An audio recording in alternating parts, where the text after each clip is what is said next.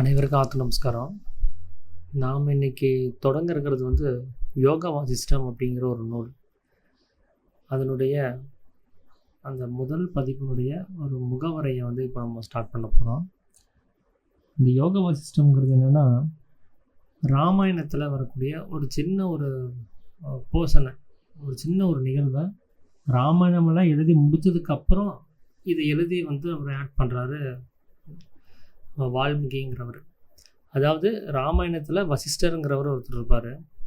அவருக்கும் ராமருக்கும் நடந்த ஒரு சம்பாஷணை தான் இங்கே யோக வாசிஷ்டம் அப்படிங்கிற ஒரு விஷயத்தில் வருது. அதாவது ராமருக்கு வசிஷ்டர் உபதேசம் செஞ்சதுனால இதை ராமகீதை அப்படின்னு கூட சொல்லுவாங்க. பொதுவாக பகவத்கீதையில் கிருஷ்ணர் அர்ஜுனனுக்கு அறிவுரை கூறுற மாதிரி அவரை சரியான மார்க்கத்தை கொடுத்து காமிச்சு கொடுத்து அவரை சீர்திருத்துறதுக்காக ஒரு விஷயம் இருக்கும். அதே மாதிரி ராமாயணத்தில் ராமருக்கு வசிஷ்டர் உபதேசங்களை கொடுத்து அவரை நல்வழிப்படுத்துறதுக்கான ஒரு விஷயமா இது இருக்குது. உண்மையாகவே இது ஒரு மிக சிறந்த ஒரு நூலாக இருக்குது. உங்களுக்கு அந்த ஆன்மீக புரிதல் ரொம்பவும் எளிமையாகவும் ஒரு ஆழமான விஷயத்தை அவ்வளோ சுலபமாக கொடுத்துட்டாங்க. ஸோ இந்த ஒரு யோக வாசிஷ்டம்ங்கிற ஒரு நூலை உங்களோட நான் பகிர்ந்துக்கிறதுல நான் சந்தோஷப்படுறேன். அனைவரும் இதோடு சேர்ந்து தொடர்ந்து பயணிக்கணும் அப்படின்னு நான் நினைக்கிறேன். அனைவருக்கும் நமஸ்காரம். எஸ்வி கணபதி அவர்களால் எழுதப்பட்ட யோக வாசிஷ்டம் என்ற இந்நூலின் முதல் 5 பிரகடனங்கள் அடங்கிய முதல் பாகத்தை 1948ஆம் ஆண்டு நமது நிறுவனத்தின் மூலம் வெளியிடப்பட்டது. பிறகு இந்நூலாசிரியர் மேலும் எழுதி நிறைவு செய்துள்ளார். 35 ஆண்டுகளுக்கு முன்பே நிறைவு செய்யப்பட்ட இந்த நூலின் டைப் செய்யப்பட்ட மூலப்பிரதியை பாதுகாத்து நம்மிடம் கொடுத்த அவரது குடும்பத்தாருக்கும் வாசகர்கள் சார்பில் நன்றியை தெரிவித்துக் கொள்கிறோம் அப்படின்னு சொல்லி பதிப்பகத்தை சொல்கிறாங்க. அதாவது அலைன்ஸ் அப்படிங்கிற ஒரு பதிப்பகம் இருக்குது சென்னையில். அவங்க தான் யோக வாசிஷ்டத்தினுடைய முதல் பாகத்தை 1948 அவங்க வெளியிடுறாங்க. அதுக்கப்புறம் 2ஆம் பதிப்பு வரவே இல்லை. ஏன்னா அது மொத்தம் 6 பிரகடனங்கள் இருக்கும். அதில் முதல் 5 பிரகடனங்கள் முதல் பாகமாகவும் 6வது பிரகடனம் அது 2வது பாகமாகவும் வெளியிட வேண்டியதாக இருந்தது. அதில் முதல் பாகம், அதாவது முதல் 5 பிரகடனங்கள் முதல் பாகமாக வெளியாயிடுச்சு. இப்போது ஒரு 2023 2008 2007 என்னமோ தான் அவங்க அடுத்த ஒரு பாகத்தை அவங்க வெளியிடுறாங்க. அப்போ அதில் அவங்களுக்கு அந்த 2ஆம் பாகம் 2011 அதை வெளியிடுறாங்க. அப்படி 2ஆம் பாகத்தை அவங்க வெளியிடும் போது இது அவர் அந்த எஸ்வி கணபதிங்கிறவர் தான் மொழிபெயர்ப்பு கொடுத்தவர். அவர் 35 வருஷத்துக்கு முன்னாடியே அதை பண்ணிட்டார். ஸோ ஏதோ சில காரணங்களால் 2ஆம் பதிப்பு வராமலே இருந்துகிட்டே இருந்தது. ஆனால் அதில் என்னென்னா டைப் செய்யப்பட்ட அந்த பிரதியை அவங்க இன்னும் பாதுகாத்து வச்சுருந்ததுனால இப்போ அதை எடுத்து வெளியிட வேண்டியதாக இருக்குது. இந்த புக்கே நான் நிறைய இடங்களில் தேடி பார்த்து கிடைக்கல எனக்கு. அது இந்த அவருக்கு எஸ்வி கணபதி அவருடைய அந்த மொழிபெயர்ப்பில் இது வரணும் அப்படிங்கிறதுக்காக நான் தேடினேன். இதே நர்மதா பதிப்பகத்துலேயும் இருக்குது. அப்புறம் இன்னொரு பதிப்பகம் கூட இருக்குது. அதில் சூரிய மூர்த்தி அப்படின்னு சொல்லி ஒருத்தர் கூட ஒரு இதை எழுதியிருக்கிறாங்க. நர்மதா பதிப்பகத்தில் சிவசங்கர் சர்மா அப்படிங்கிறவர் மொழிபெயர்ப்பு கொடுத்துருக்கிறாரு. ஸோ எனக்கு இந்த எஸ்வி கணபதி அவருடைய மொழிபெயர்ப்பு கொஞ்சம் எளிமையாகவும் கொஞ்சம் ஆழமாகவும் அந்த எக்ஸாக்டாக என்ன ஆன்மீகங்கிறத புரிய வைக்கக்கூடியதாக இருந்ததுனால ஸோ இந்த நூலுக்காக இவ்வளோ நாள் நான் வெயிட் பண்ணிகிட்டு இருந்தேன். இப்போ அதைய கிடைச்சதும் இப்போ அதை கொடுக்கணும், உங்களோட பகிர்ந்துக்கணும் அப்படின்னு சொல்லி நான் நினச்சேன். அப்போது இந்த மூலப்பிரதியை நமக்காக பாதுகாத்து அதை கொடுத்த அந்த குடும்பத்தாருக்கும் இந்த அலையன்ஸ் நிறுவனம் அது பதிப்பகம் அவங்க நன்றி தெரிவிக்குது. இப்போ நானும் என்னுடைய சார்பில் இந்த அலையன்ஸ் நிறுவனத்துக்கும் அந்த குடும்பத்தாருக்கும் ஒரு நன்றியை நான் தெரிவிக்கிறேன். ஏன்னா எங்களுடைய ஆன்மீக பயணத்தில் இவங்க முக்கியமான ஒரு மைல் ஸ்டோனாக இவங்கெல்லாம் இருக்கிறாங்க அப்படிங்கிறத நினச்சி நான் சந்தோஷப்படுறேன். அனைவருக்கும் நமஸ்காரம். தத்துவ விளக்கங்களை அளிக்கின்ற ஹிந்து மத நூல்களில் யோக வாசிஷ்டம் ஒன்று. வசிஷ்ட மகரிஷி கூறுகிற உபதேசங்களை கொண்ட யோக வாசிஷ்டம் என்கிற இந்நூல் வால்மீகி மகரிஷியால் இயற்றப்பட்டது. இது வால்மீகி இயற்றிய ராமாயணத்தின் ஒரு பகுதி அல்ல. ராமாயணத்தை இயற்றிய பிறகு வால்மீகி இந்த நூலை ராமாயணத்தின் ஒரு அனுபந்தம் போல இயற்றினார் என்று கருதப்படுகிறது. சமஸ்கிருத நூல்களில் மிக உயர்ந்தவை என்ற பட்டியலில் இடம்பெறத்தக்கது என்று அறிஞர்களால் கருதப்படுகிறது. சோ எழுதிய ஹிந்து மகா சமுத்திரம் நூலிலிருந்து அப்படின்னு சொல்லி குறிப்பிடுறாங்க.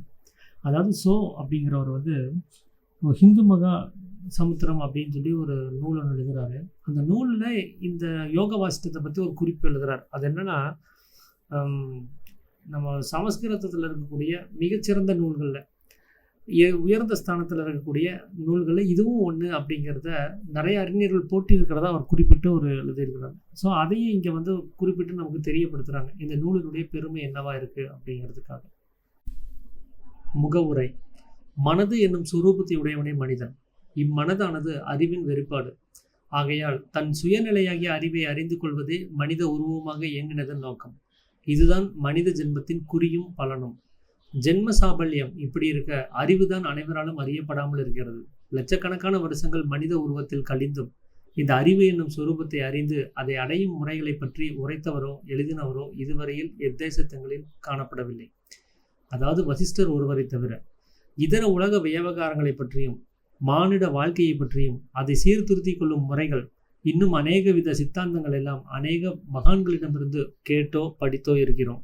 ஆனால் பிரபஞ்சத்திற்கு சாரமாய் உள்ள அறிவை பற்றி நாம் அறியோம். வசிஷ்டர் ஒருவரே இதை பற்றி பூர்ணமாக எடுத்துரைத்தவர் அப்படின்னு சொல்லி சொல்றாங்க. அப்போ மனசு அப்படிங்கிற சொரூபத்தை யாரையெல்லாம் வச்சிருக்காங்களோ அவங்கெல்லாம் தான் மனிதராக இருக்கிறாங்க. இப்போ ஒரு உயிரினம் இருக்குன்னா அவங்களுக்கு அந்த மனம்ங்கிறது இல்லை, நம்ம அளவுக்கு அது விஸ்தாரமாக இல்லை. அவங்க தூங்குறதுக்கும் புணர்ச்சி செய்வதற்கும் ஆகாரத்துக்கும் மட்டுமே அவங்க வாழ்க்கையை செஞ்சுக்கிட்டு அவங்க பேசாமல் இருந்துடுறாங்க. ஆனால் நாம் அப்படி இல்லை. நாம் வந்து ஒரு அறியாமைங்கிற ஒரு விஷயத்தை தெரிஞ்சுக்கிட்டு அந்த அறியாமையிலிருந்து எப்படி நம்மளை அறிஞ்ச ஒரு விஷயத்துக்குள்ள, ஒரு அறிவுள்ள ஒரு பிரம்மத்துக்குள்ள, அந்த வேதங்கள்ல சொல்லப்பட்ட அந்த ஸ்ருதியினுடைய அனுபவத்துக்குள்ள நாம் எப்படி போக முடியுங்கிறதுக்கான ஒரு எத்தனம், அதாவது ஒரு முயற்சி, அதை மேற்கொள்ளக்கூடிய ஒரு ஆளாக தான் நம்ம இருக்கிறோம். அது வந்து மற்ற உயிரினத்துக்கு இப்படியெல்லாம் இதை பற்றி கவலை கிடையாது. ஏன்னா அறியாமையில் இருக்கிற நமக்கு தான் இதை விட்டு நீங்களுங்கிற ஒரு எழுச்சி, ஒரு உந்துதல் இருக்குது. மற்ற உயிரினத்துக்கு இது ஒன்றுமே கிடையாது. அவங்களுக்கு உள்ளே இருக்கிற விஷயமும் ஒன்று தான், வெளியில் இருக்கிற விஷயம் ஒன்று தான். அது எல்லாத்தையும் சமபாவனையில் பார்க்கக்கூடிய ஒரு நிலையில் அவங்க இருக்காங்க. நமக்கு அந்த சமபாவனை கிடையாது. நம்ம உள்ளுக்குள்ளார போனால் ஆனந்தமாக இருக்கிறோம், வெளியில் வந்துட்டால் துக்கப்படுறோம். அப்போ அந்த ரெண்டையும் சமமாக வச்சுக்கிறதுக்கான ஒரு விஷயம் நம்மக்கிட்ட இல்லை. அங்கே வந்து ஒரு ஏற்றத்தாழ்வு உண்டாகுது, ஒரு அலையடிப்பு மாதிரி, ஒரு வேவ்ஸ் மாதிரி மேலும் கீழும் அது நடந்துக்கிட்டே இருக்குது. துக்கமும் அந்த இன்பமும் மாறி மாறி நடந்துக்கிட்டே இருக்குது. அப்போது அதில் நம்ம உணர்ச்சி வசப்படும் போது நமக்கு சந்தோஷமும் அழுகையும் மாறி மாறி வந்துக்கிட்டே இருக்குது.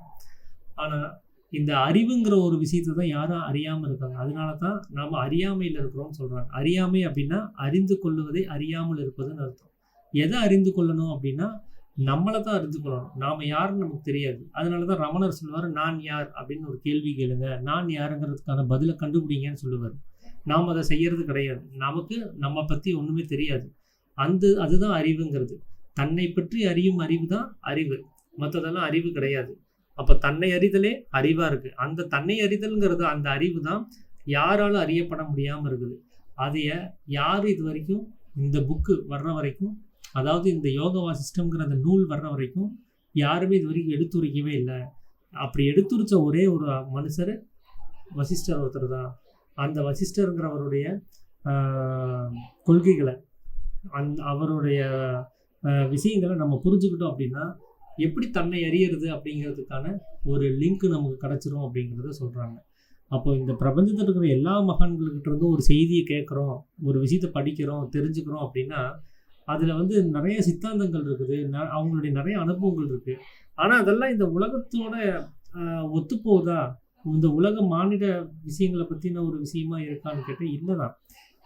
இவரளவுக்கு வந்து அதை டீப்பாக நம்மளுடைய அறிவை அறியறதுக்கான ஒரு விஷயமா அவங்களால சொல்ல முடியல. அதனால் இந்த அவங்க சொல்கிற சித்தாந்தம் பார்த்திங்கன்னா நேராக உள்ளுக்குள்ளாரே இருக்கும். ஒன்று இதை முழுசும் விட்டுட்டு உள்ளாரே இருக்கிறத பற்றி பேச ஆரம்பிச்சிருவாங்க. அதனால தான் ஸ்ருதிகளையும் தத்துவங்களையும் நம்ம சத்தியத்தையும் பற்றி படித்தோம்னா நமக்கு ஒன்றுமே புரியறதில்ல. ஸோ இதுக்கு உதாரணமாக ஒரு விஷயத்தை சொல்லி புரிய வைக்கணும். நம்ம எனக்கு என்ன தெரியுமோ அதே உதாரணமாக காமிச்சு அது மூலமாக எனக்கு சத்தியத்தை விளங்க வச்சாதான் எனக்கு புரியும். எனக்கு தெரியாத ஒரு விஷயத்தை பற்றி பேசிகிட்டு இருந்தோம்னா எனக்கு புரிய போகிறதில்ல. அப்படி இந்த பிரபஞ்சத்துக்கு சாரமாக இருக்கக்கூடிய அந்த ஒரு விஷயத்தை அவர் புரிய வச்சு அந்த அறிவை நமக்கு ஊட்டுறாரு. அப்படி பூர்ணம் எடுத்து வைத்தவர் இந்த வசிஷ்டர் ஒருத்தர் தான் அப்படிங்கிறத பற்றி எஸ்வி கணபதிங்கிறவர் ஒரு முகவரை வந்து எழுதுறாரு. அதாவது வால்மீகி மகரிஷியால் கேட்டு எழுதப்பட்ட காவியமாகிய யோக வாசிஷ்டம் அல்லது மகாராமாயணம் என்பதே இங்கு குறிப்பிடப்படுவது. இது வெகு காலங்களுக்கு முன் பட்டிருந்தாலும் இதர காவியங்களாகிய ராமாயணம், பாரதம், பகவத்கீதை, உபநிஷத் இவைகளைப் போல் அவ்வளவு பிரபலமாக வெளிப்படையாகவில்லை. ஏனெனில் இதை அறிந்தவர்கள் மிகவும் சொல்பம் என்றே சொல்ல வேண்டும். வேதாந்த பண்டிதர்களாலும் இந்நூல் வெகுவாய் தள்ளப்பட்டது போதும் மேல் சொல்லப்பட்ட நூல்கள் எல்லாம் பல பாஷைகளில் மொழிபெயர்க்கப்பட்டும் இவைகளுக்கெல்லாம் திலகம் போல் விளங்கும் இந்நூல் பெரியோர்களால் கூட மதிக்கப்படாமல் இருந்தது உலகத்திற்கே ஒரு பெரிய நஷ்டம்தான். இதற்கு காரணம் என்ன என்பதை யூகிக்கத்தான் முடியும், நாம் நினைப்பதாவது அப்படிங்கிறார். அதாவது இந்த யோக வாசிஷ்டம்ங்கிற ஒரு நூலை பற்றி இப்போ நம்ம கொடுக்குற இன்ட்ரோடக்ஷன் வந்து ரொம்ப பெருசாக ரொம்ப சிறப்பாக இருக்குது. அப்புறம் ஏன் இதை வந்து நிறைய மொழிகளில் போய் சேர்க்கலை? ஏன் இதை மக்கள் வந்து எடுத்து கொண்டாடலை? ஏன் அறிஞர்கள், அந்த பெரியோர்கள், அந்த வேதாந்த அந்த அதை பற்றி ஆராய்ச்சி செய்கிறவங்க அவங்க கூட இதை எடுத்து கொண்டாடாமல் போனதுக்கு ரொம்ப பெரிய ஒரு நஷ்டமாக இருக்குது இந்த உலகத்துக்கு. அதுக்கு என்ன காரணம் அப்படிங்கிறத நாம் வந்து அவங்கள பார்த்து கேட்டு தெரிஞ்சால் தான் முடியும். ஆனால் அவங்களாம் யாரும் இல்லை. நம்மளால ஒரு யூகத்தில் வேணால் ஒரு விஷயத்தை வந்து புரிஞ்சுக்க முடியும். ஏன் இதை வந்து தள்ளப்பட்டிருக்குது, ஏன் இதை வந்து யாரும் கையில் எடுக்கலை, ஒரு வேதாந்த பண்டிதர்களால கூட இது தள்ளப்படுறதுக்கு என்ன காரணமாக இருக்குது அப்படிங்கிறத பற்றி நாம் யூகிக்க தான் முடியும். அப்படி நாம் என்ன நினைக்கிறோம் அப்படின்னு சொல்லி சொல்கிறார். இக்காவியம் ஞான மார்க்கத்தை பற்றி முற்றிலும் எடுத்துரைப்பதாலும் இம்மார்க்கம் பெரும்பாலும் ஜனங்களுக்கு ஒவ்வாததென்றும் அவர்களால் மிக கடினமானதாக பாவிக்கப்படுவதாலும் இருக்கலாம். எல்லா மார்க்கங்களையும் மிக எளிதானது பக்தி மார்க்கமே ஆகும். இதற்கு அடுத்தபடியானது கர்ம மார்க்கம். இதிலும் மேன்மையானது மிகவும் சொல்ப ஜனங்களால் மாத்திரமே அனுசரிக்கப்படுவதுமான யோக மார்க்கம். எல்லாவற்றையும் காட்டிலும் சிலாக்கியமானதும் கடினமானதுமே ஞான மார்க்கம் சகஜமாய் கருதப்படும் அப்படின்னு சொல்லி சொல்றார். இந்நூல் பல கொள்கைகளுக்கு இடம் கொடுப்பதும் ஒரு காரணமாகும். எல்லா கொள்கைகளும் இந்நூலில் சமமாக பாவிக்கப்படுகின்றன. ஆகையால் கொள்கைகளில் மூழ்கி கிடப்பவர்களுக்கு இதில் ஆதாரம் எதுவும் இல்லை. இக்காரணத்தினால் எல்லாராலும் தள்ளப்பட்டிருக்கலாம். கொள்கைகளையும் மார்க்கங்களையும் வசிஷ்டர் மதிக்கவில்லை. அவைகளின் உதவியால் அடைய வேண்டிய பதவியை அடைவதே வசிஷ்டரால் அங்கீகரிக்கப்பட்டது. 3வது, பொது ஜனங்களால் அங்கீகரிக்கப்பட்ட தெய்வம் என்பதன் கல்பத சொரூபமும் தெய்வ பக்தியும் வசிஷ்டரால் தள்ளப்பட்டதும் காரணமாகலாம். காரணம் எதுவாயினும் இக்காவியம் வெளிவராதது நமக்கு நஷ்டமே அப்படிங்கிறார். அதாவது அவர் முதல் காவியமா என்ன சொல்ல வர்றாரு அப்படின்னா, இது ஞான மார்க்கத்தை அதிகமாக வந்து போதிக்குது. பொதுவாக மார்க்கங்கள் வந்து விதவிதமாக இருக்கும். பக்தி மார்க்கம், கர்ம மார்க்கம், யோக மார்க்கம், ஞான மார்க்கம் அப்படின்னு சொல்லி இருக்குது. அதில் இது வந்து ஞான மார்க்கத்துக்கான ஒரு விஷயத்த வந்து அதிகமாக சொல்கிறதுனால ஞான மார்க்கம் வந்து மக்கள் வந்து ரொம்ப கஷ்டம்னு நினைக்கிறாங்க. பக்தி மார்க்கம் ரொம்ப எளிமையாக இருக்குது. ஒரு சிலர் கர்ம மார்க்கங்களை செஞ்சுட்டு வராங்க. கர்ம மார்க்கம்னா உலகத்தில் நம்பக்கூடிய ஒரு விஷயம் என்ன அப்படின்னா, இந்த நல்லது பண்ணுறது, நம்ம செய்கையினால அந்த இறைவன் அடையக்கூடிய ஒரு விஷயம். எளியோருக்கு உதவுறது, பசித்தவருக்கு உணவு கொடுக்கறது, இந்த மாதிரியான விஷயங்களை செஞ்சுட்டு வர்றது பேர் கர்ம மார்க்கம் அப்படின்னு இந்த உலகம் நம்புது.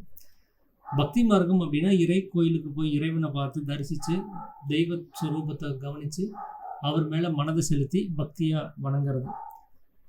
யோக மார்க்கம் அப்படின்னா இந்த பிராணாயாமம், அப்புறம் இந்த வாசி யோகம் அப்படிங்கிற மாதிரியாக மேலும் கீழும் அந்த விஷயங்களை நடத்தி, அதாவது மூச்சு காற்றை உள்ளிலே அடக்கி பழக்கப்படுத்துகிற ஒரு யோக மார்க்கம். அப்போது இது அத்தனையும் விட இன்னொரு மார்க்கம் ஞான மார்க்கம். மனதை வந்து ஏதோ ஒரு விஷயத்தில் மட்டும் அடக்கியால் செய்யக்கூடிய ஒரு விஷயம். அப்போது முதல்ல பக்தி மார்க்கங்கிறது என்ன அப்படின்னா, ஒரு கோவிலுக்கு போய் ஒரு அந்த பிரதிஷ்டை செய்யப்பட்ட இறைவன், அந்த ஈஸ்வரனை அவரை மனதார ஊன்றி ஜெபிச்சுட்டு அவர்கிட்ட வேண்டுதல் செஞ்சு பிரார்த்தனை பண்ணிட்டு வர்றது. கர்ம மார்க்கம் அப்படின்னா நம்மளுடைய நடவடிக்கைகள்னால அதை வந்து கடவுளை வந்து கவனிக்கிறது, உதவி பண்ணுறதுனால, அன்பு செலுத்துறதுனால, பரிவு காட்டுறதுனால, இது மூலமாக வந்து கடவுள் அடையக்கூடிய ஒரு மார்க்கமாக அது பார்க்கப்படுது. யோக மார்க்கம்ங்கிறது நம்மளுடைய வாசி யோகம், பிராணாயாமம் அப்படின்னு சொல்லக்கூடிய அந்த முறையில் இருக்கக்கூடிய ஒரு மார்க்கமாக இருக்குது. அப்போ இதுலெல்லாம் வந்து பார்த்திங்கன்னா வெகு ஜனங்கள் பண்ணுறது வந்து பக்தி மார்க்கத்தில் தான் இருக்காங்க. ஒரு சிலர் வந்து கர்ம மார்க்கத்துலேயும் யோக மார்க்கத்துலேயும் இருக்கிறாங்க. ரொம்ப சொல்ப ஜனங்களால் மட்டுமே, அதாவது ரொம்ப ரொம்ப குறைந்த ஜனங்களால் மட்டுமே கடைபிடிக்கக்கூடிய மார்க்கமாக ஞான மார்க்கம்ங்கிறது இருக்குது. அதனால கூட இதை வந்து கடினமானதா மக்களுக்கு தோணியிருக்கலாம் இந்த வேதமே, இந்த நூலே அப்படின்னு சொல்லியிருக்கிறார். 2வது, இந்த நூல் வந்து பல கொள்கைகளுக்கு இடம் கொடுப்பது ஒரு காரணம் தான். அது ஏதோ ஒரு கொள்கையை மட்டும் இது சொல்றதா இருந்துச்சுன்னா, அந்த ஒரு கொள்கைக்காரங்க இதை பிடிச்சிக்கிட்டு இதை பத்தி வெளியில பேசிக்கிட்டு தன்னுடைய கொள்கை தான் பெருசு, பாருங்க இந்த நூல்ல இது எழுதி இருக்குது அப்படின்னு சொல்லி ஏதாவது ஒரு விஷயங்கள் சொல்லியிருக்கலாம். அப்போ கொள்கைகளுக்கு ஆதாரம் தேடி கிடக்கிறவங்களுக்கு இதுல ஒரு ஆதாயமும் இல்லை. அவங்களுக்கும் ஏன்னா கொள்கைகளையும் மார்க்கங்களையும் வசிஷ்டர் மதிக்கவே இல்லை. அதனால உண்டாகக்கூடிய அந்த உதவியினால உண்டாகக்கூடிய பலன்களை மட்டுமே தான் அவர் பார்க்குறாரு. அதனால மார்க்கம் எதுவாக இருந்தாலும் சரி, நாம் அடைய வேண்டிய பதவி தான் முக்கியம். மனம்ங்கிறது உள்ளில் அடங்கணும். அது பக்தி மார்க்கத்தில் அடங்கினாலும் சரிதான், கர்ம மார்க்கத்தில் அடங்கினாலும் சரிதான், யோக மார்க்கத்தில் அடங்கினாலும் சரிதான், ஞான மார்க்கத்தில் அடங்கினாலும் சரிதாங்கிறது தான் வசிஷ்டரனுடைய கொள்கையா இருந்தது. அப்போ இதுவும் 2வது காரணம். ஏன்னா ஒரு மார்க்கத்தை மட்டுமே இது தழுவி சொல்லப்படலை. 3வது, கடவுள் அப்படிங்கிற ஒரு கொள்கை வந்து வெளியில என்னவா பார்க்கப்படுதுன்னா, பிராண பிரதிஷ்டை செய்யப்பட்ட ஒரு சிலையில கடவுள் இருக்கிறதா, அது மட்டும் இல்லாம அவர் தூணிலும் இருப்பார், துரும்பிலும் இருப்பார் அப்படின்னு சொல்லி எல்லா இடங்களிலும் இருக்கிறதாகவும் சொல்லப்படுது. ஆனா இவர் வந்து அந்த தெய்வம்ங்கிற ஒரு விஷயத்தை வந்து அவர் முழுவதும் தள்ளிட்டார். அந்த பக்தியையும் அவர் தெய்வ பக்தியும் தள்ளிட்டார். அதெல்லாம் நமக்கு வேலைக்காகாது. நாம இறங்கி வேலை செய்யணும். நம்முடைய முயற்சி தான் கடவுள். அந்த முயற்சி தான் நமக்கு பலனை கொடுக்குது அப்படிங்கிறத பத்தி ஒரு விஷயத்த பேசும்போது, அப்ப இங்க இருக்கிறவங்களுக்குலாம் வந்து நம்மளை தாண்டி ஒரு சக்தி இருக்கே அப்படின்னு நினைக்கக்கூடிய அந்த ஒரு தன்மை வந்து அங்க இல்லாம போயிடுது. அந்த நினைப்பே அங்க இல்லாம பண்ணிடுவார். அதனால கூட இந்த காவியம் வந்து தங்களுடைய கொள்கை பாட்டுக்கு எதிராக இருக்கே அப்படின்னு கூட நினைச்சு பொது ஜனங்களால தள்ளப்பட்டிருக்கலாம் அப்படிங்கிறதையும் சொல்றாரு. ஞான மார்க்கத்தை பற்றி பேச இம்மார்க்கம் இக்காலத்தும் மிக கடினமானது என்று பாவிப்பது சரியோ என்று நாம் எண்ணுகிறோம். இதுவரையில் நடைபெற்ற மனித சரித்திரத்தை நோக்கும் இடத்து நாம் தெளிவாக அறிவது என்னவென்றால், முற்காலத்தில் பிரஜைகளை ஆதரித்து வந்த அரசர்களே புத்தி, திறமை, ஒழுக்கம் இவைகளில் மேன்மையாக பிரகாசித்து வந்தார்கள் என்று. இது நம் தேசத்தில் மாத்திரமல்லாமல் எல்லா தேசங்களிலும் தென்படும். காலப்போக்கில் இவ்வரசர்கள் நன்னறிகளிலிருந்து நழுவி இக்குணங்கள் எல்லாம் படிப்படியாக பிரஜைகள் வசமாயின. இக்காரணத்தினே தான் அரசாட்சி பதவியும் அரசர்களிடமிருந்து பிரஜைகள் வசம் ஒப்படைக்கலாயிற்று. இம்முறை இன்னும் பூமி முழுவதும் வருவதை நாம் கண்டு வருகிறோம். மேலும் நாளுக்கு நாள் பொது ஜனங்களின் புத்தி நுட்பமும் அனுபவமும் ஆராய்ச்சி திறமையும் எல்லாம் அதிகரித்து வருகின்றன. புதிய புதிய தத்துவங்களும் சாஸ்திரங்களும் கண்டுபிடிக்கப்பட்டு இவைகள் சில வருஷங்களில் பொது ஜனங்களிடம் சாமானிய அறிவாவதையும் நாம் கண்டு வருகிறோம் அப்படிங்கிறார். அப்போ ஞான மார்க்கம்ங்கிறது ரொம்ப கடினமான ஒரு மார்க்கமா சொல்லப்படுது. அது இந்த காலத்துல வந்து ஒத்து வருமா அப்படின்னு கேட்டா நிச்சயமா ஒத்து வரும். என்ன காரணம்னா, நீங்க சரித்திரத்தை நீங்க திரும்பி பாருங்க அப்படின்னு சொல்லி அவர் ஒரு உதாரணம் சொல்றாரு. அப்போ வந்து ராஜாக்கள்லாம் இருந்தாங்க. அவங்க தான் வந்து புத்தியிலையும் திறமையிலையும் ஒழுக்கத்திலையும் ஆட்சியிலையும் அவங்க வந்து சிறந்து கல்வியிலையும் சிறந்து விளங்கின ஒரு விஷயமா இருந்தது. ஆனா அவங்க எப்போ வந்து நன்னெறி நழுவி அவங்க ஒழுக்கங்கிட்ட செய்ய ஆரம்பிச்சாங்களோ அப்பவே அந்த அரசாட்சிங்கிறது பிரஜைகள் வசம் ஆயிடுச்சு. இது இப்போ நம்ம கண் கூட பார்த்துட்டு இருக்கிறோம்னு சொல்லி இது எப்போ எழுதுறாருன்னா 1948. ஸோ அப்போதான் வந்து நம்ம வெள்ளைக்காரங்களுடைய பிடியிலிருந்து நம்ம மக்களாட்சி அப்படின்னு சொல்லக்கூடிய அந்த நிலைமைக்கு நம்ம வர்ற டைம். இது உலகம் முழுவதும் இது வந்து வந்துட்டு இருக்குது அப்படிங்கிறத அவர் வந்து சொல்றாரு. அப்போ மக்களுக்கும் ஒரு அரசாட்சி செய்யக்கூடிய ஒரு நுட்பம், அந்த மதிநுட்பம் உண்டாயிருக்கு அப்படிங்கிறது இதுல இருந்து தெரியலையா? அப்போ ஞான மார்க்கத்துக்கும் அவங்களுக்கான மதிநுட்பம் இல்லாமலா போயிடும் அப்படிங்கிறது அவர் கேட்குற கேள்வி. அப்போ ஜனங்களுடைய மதிநுட்பமும் அவங்களுடைய அனுபவமும் ஆராய்ச்சியும் இப்போ நான் அந்த அடுத்தடுத்த ஜென்ரேஷனுக்கு வந்து வளர்ந்துட்டே வந்திருக்குது. அதனால புதிய புதிய தத்துவங்களை கண்டுபிடிக்கிறதுல இருந்து எல்லா விஷயத்தையும் அவங்க செஞ்சுட்டு இருக்கிறாங்க. அதனால ஒரு சாமானிய ஜனங்கள் கூட அறிவுங்கிற விஷயத்துல மேன்மை அடைஞ்சிருக்கிறாங்க. ஒரு விஷயத்தை புரிஞ்சுக்கிறதுலையும் ஒரு விஷயத்தை கண்டுபிடிக்கிறதுலையும் மேன்மை அடைஞ்சிருக்கிறாங்க. அதனால அவங்களுக்கு ஞான மார்க்கம்ங்கிறது அதை புரிஞ்சுக்கிறதையோ கடைபிடிக்கிறதுலையும் ஒன்றும் பெரிய கஷ்டம் வராது அப்படிங்கிறத எஸ்வி சுவாமிங்கிறவர் சொல்றாரு. எஸ்வி கணபதி சொல்றாரு. இவைகள் போலவே ஞானமும் ராஜவம்சங்களிலிருந்து பிரஜைகள் வசம் பரவினதையும் நாம் அறிவோம். ஆகையால் பிரஜைகள் ஞான மார்க்கத்திற்கு உரியவர் அல்லர் என்று இப்போதும் நினைப்பது தவறாகும். நம் கொள்கையாவது ஞானத்தை ஜனங்களுக்கு பிரபலமாக போதித்து வந்தால் அஞ்ஞானம் நீங்கி எல்லோரும் சௌக்கியமாயும் சந்தோஷமாயும் வாழ்நாளை கழிப்பதுடன் சீக்கிரமே முக்தி அடையலாம் என்பதே. சென்ற 3000 வருஷத்தின் உலகப் போக்கை கவனிப்போம் வகையில் இவ்வளவு காலமும் பொதுஜன சந்தோஷத்தின் பொருட்டு செய்திருப்பது மிகவும் சொல்பம். எவ்வளவோ புதிய கண்டுபிடிப்புகள் கண்டுபிடிக்கப்பட்டு விருத்தி அடைந்தும் அவை யாவும் வாழ்க்கையின் இன்பமாக செய்வதில் பிரயோஜனமற்று இருக்கின்றன. ஏனெனில் இன்பமும் சந்தோஷமும் நம் மனதை தழுவி இருக்கின்றன. எவ்வளவு சௌகரியங்களும் ஐஸ்வர்யமும் இருந்தாலும் வாழ்க்கையை சந்தோஷப்படுத்த இவை யாதொன்றினாலும் முடியாது. ஞானத்தினால்தான் மனதிற்கு சந்தோஷம் ஏற்படும். ஞானம் ஒன்றே மோட்சத்திற்கு உபாயமாகும். மற்ற மார்க்கங்கள் யாவும் ஞானத்திற்கு உபாயமாகலாம். இதை அறியாமல் இவ்வளவு காலம் ஜனங்கள் கஷ்டங்களுக்கும் விசனத்திற்கும் பாத்திரமானார்கள். ஆகையால் ஜனங்களுக்கு ஞானத்தை எடுத்துரைப்பது மிகவும் அவசியம் அப்படிங்கிறத சொல்றார். எப்படி ராஜாக்கள் கிட்ட இருந்து புத்தி கூர்மை நிமித்தம் அந்த ஆட்சி அதிகாரம் எல்லாம் பிரஜைகள் வசமாகுதோ, அதே மாதிரி ஞானமும் அவங்களுடைய கல்வியும் பிரஜைகள் வசமாகிறது ஒன்றும் பெரிய விஷயம் கிடையாது. இன்னொன்று, அந்த ஜனங்களுக்கெல்லாம் இந்த ஞானத்தை பற்றின ஒரு அறிவை புகட்டணும் அப்படின்னா அவங்க அஞ்ஞானத்துலேருந்து நீங்கி ஞானத்தை நோக்கி வருவாங்க. அப்போது அவங்க சீக்கிரமாகவே முக்தி அடைகிறதுக்கான ஒரு விஷயமா இருக்கும். அது மட்டும் இல்லாமல் வாழ்கிற வரைக்கும் சௌக்கியமாகவும் சந்தோஷமாகவும் வாழ்வாங்கங்கிறாங்க. அது மட்டும் இல்லாமல் இது வரைக்கும் நம்ம கண்டுபிடிக்கப்பட்ட எல்லா கண்டுபிடிப்புகளும் நமக்கு சந்தோஷத்தை கொடுத்துருக்கானா இல்லை தான். நம்ம வாழ்க்கையை நம்மளுடைய நடைமுறையை சுலபப்படுத்தியிருக்கோம். ஆனால் அந்த சுலபத்தினால நமக்கு எதாவது சந்தோஷம் இருக்கா? ஒரு வண்டி இருக்குது, சுலபமாக நம்ம போயிட்டு வந்துட முடியும். அதனால நமக்கு சந்தோஷம் உண்டாகிறது கிடையாது. உண்மையாகவே சந்தோஷத்திற்கும் துக்கத்திற்கும் நம்ம மனசு தான் காரணமாக இருக்குது. அந்த மனதை அடக்கி ஆளக்கூடிய அந்த தன்மை நமக்குள்ளே என்றைக்கு வருதோ அப்போ தான் நம்ம ஆனந்தம்ங்கிற ஒரு விஷயத்துக்குள்ளே போக முடியும். அது மக்களுக்கு புரிய வைக்கணும். அது ஞானத்திற்கு தான் அது முக்கியமான ஒரு விஷயமா இருக்கும். ஞானம் வந்தால் தான் அந்த ஆனந்தம்ங்கிறது வரும். அப்போ தான் அவங்க எல்லாத்தையும் நீங்கள் சமமாக பாவிக்கக்கூடிய தன்மை ஏற்படும். இதைய மக்களுக்கு ஜனங்களுக்கு கொண்டு போய் சேர்க்கறது தான் நம்மளுடைய கொள்கையாக இருக்குது அப்படிங்கிறத சொல்கிறார். அப்போது இதை சொல்லி காமிச்சிட்டிங்க அப்படின்னா, இதை ஜனங்களுக்கு எடுத்துரைச்சிட்டிங்க அப்படின்னா அவங்க சௌக்கியமாகவும் சந்தோஷமாகவும் வாழுவாங்க. அதனால் இது ரொம்ப அவசியமான வேலை. இந்த ஞான மார்க்கத்தை பற்றி அவங்க கையில் ஒப்படைக்க வேண்டியது, சொல்ல வேண்டியது அப்படிங்கிறத சொல்கிறார். இதுவரையில் பக்தி, கர்ம, யோக மார்க்கங்களே ஜனங்களால் கடைபிடிக்கப்பட்டு வந்தன. இம்மார்க்கங்களால் பொது ஜனங்கள் அடைந்த பிரயோஜனம் ஒன்றும் இல்லை. இங்கும் அங்கும் சில மகான்களை கண்டோ கேட்டோ இருக்கலாம். இதை தவிர ஜனக்கூட்டங்களுக்கு மொத்தமாக ஒரு நல்வழியை காட்டி அவர்களின் வாழ்க்கையை இன்பமுறை செய்ய இம்மார்க்கங்களால் முடியவில்லை. ஏனெனில் இவைகளால் புக்திக்கு தெளிவு ஏற்படவில்லை. ஆகையால் தான் மௌட்டிகமான பக்தியும் கருணை இல்லாத கர்மமும் இன்பமற்ற யோக பயிற்சியும் நாம் பார்க்க நேரிட்டுகிறது. பார்த்தும் இவைகளில் நம்பிக்கை இழந்து திகைக்கிறோம். ஆகையால் இம்மார்க்கங்கள் சிலருக்கு பயனளிப்பதாக இருந்தாலும் ஜனங்களின் தற்கால நாகரிகத்திற்கும் பழக்க வழக்கங்களுக்கும் பயன்படாது. இதை நாம் அனுபவத்தால் அறிவோம். ஞானத்தை கூட்டுவதால் தான் உலகம் ஒருவாறு சீரடையும் அப்படிங்கிறார். அப்போ இது வரைக்கும் இந்த 3 மார்க்கங்கள் இருக்குது. பக்தி மார்க்கம், கர்ம மார்க்கம், கர்ம யோகம், யோக மார்க்கம் அப்படின்னு சொல்லி 3 வகையான மார்க்கங்கள் இருக்குது.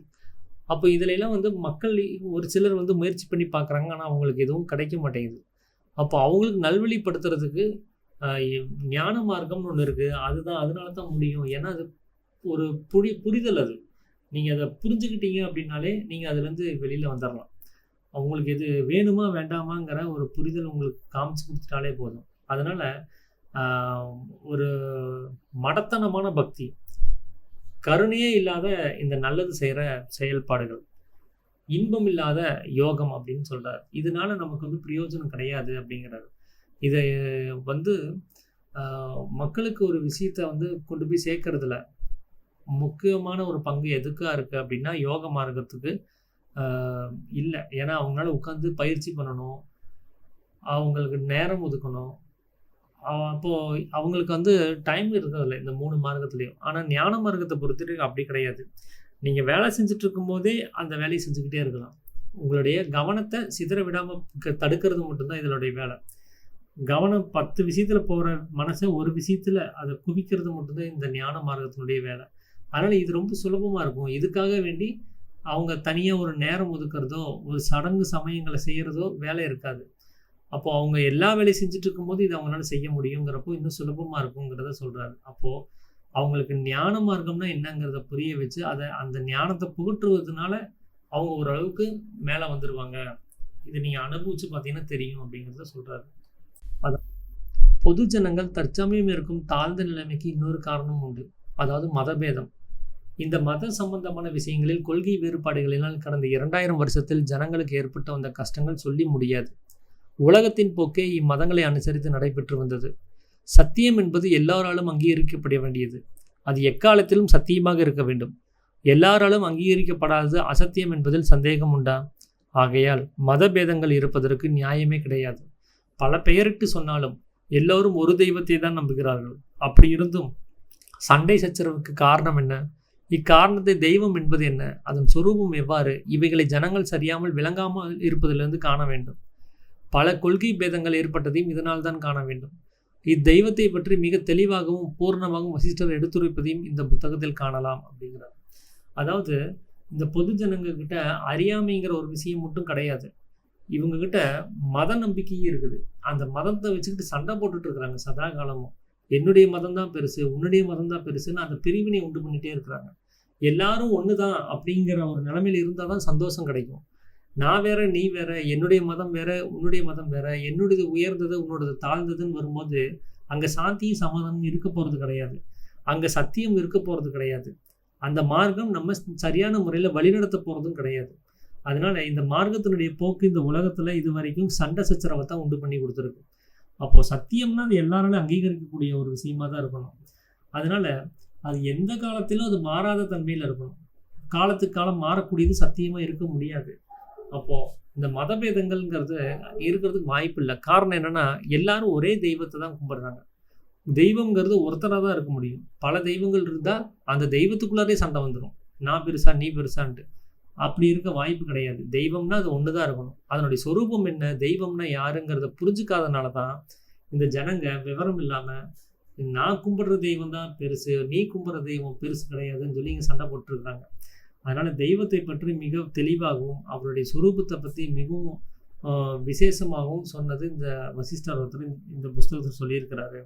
அதை நீங்கள் படித்து பார்த்தீங்கன்னா நீங்கள் தெரிஞ்சுக்கலாம். இதனால இங்கே மார்க்க சண்டைகள், அதாவது மத சண்டைகள் உண்டாகிறதுக்கு வாய்ப்பே இருக்காது. இதை மக்கள் புரிஞ்சுக்கிட்டாங்கன்னா அப்படிங்கிறத சொல்லிதான் இருக்கு.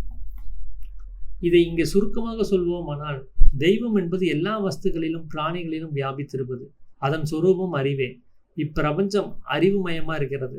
அவ்வறிவின் அசைவே பிரபஞ்சமாகிய தோற்றம். எல்லாம் தெய்வமாக இருப்பதால் அறிகின்றதும் அறியப்படுவதும் அதுவே. ஆகையால் எல்லாம் ஒன்றில் முடிவு என்பதுதான் சத்தியம். ஆனால் இத்தெய்வம் எல்லாவற்றுக்கும் சாட்சியாய் இருப்பதை தவிர வேறு விஷயங்களில் ஈடுபடுவதில்லை. ஆகையால் மனித எத்தனங்களிலும் எண்ணங்களிலும் தெய்வம் கலந்து கொள்வதில்லை. அவனவன் செயல்களுக்கு அவனவனே காரணம். பலனை அனுபவிப்பவனும் அவனே. தெய்வத்தால் ஒரு அணு கூட இதில் பிரயோஜனம் இல்லை.